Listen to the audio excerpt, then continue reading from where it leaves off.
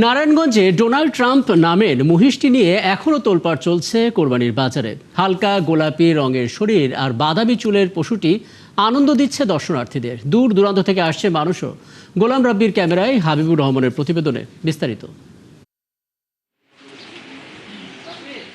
শুধু ওজন কিংবা আকারে নয়, এবার অনেকটা চেহারা দিয়ে মানুষের মনোযোগ কেড়েছে নারায়ণগঞ্জের কোরবানির এই পশু।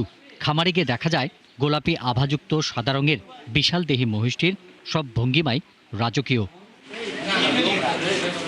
ডোনাল্ড ট্রাম্প রূপে এই মহিষের সবচেয়ে আকর্ষণীয় হচ্ছে মাথার সামনের দিকে স্টাইলিশ ব্লন্ডে হেয়ার। দর্শনার্থীরা মনে করেন এটিই তাকে অনেকটা ডোনাল্ড ট্রাম্পের চেহারা এনে দিয়েছে।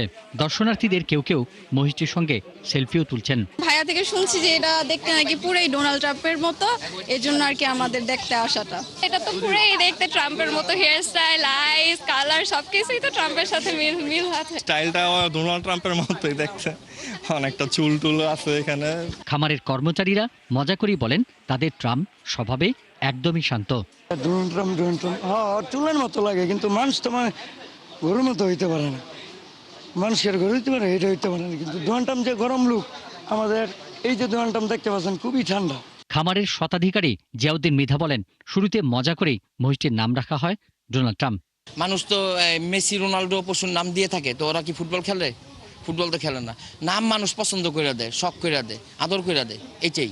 কুরবানির ঈদের আগে নারায়ণগঞ্জের এই গোলাপি ট্রাম্প এখন বহু মানুষের হাসি আনন্দের খোরাক।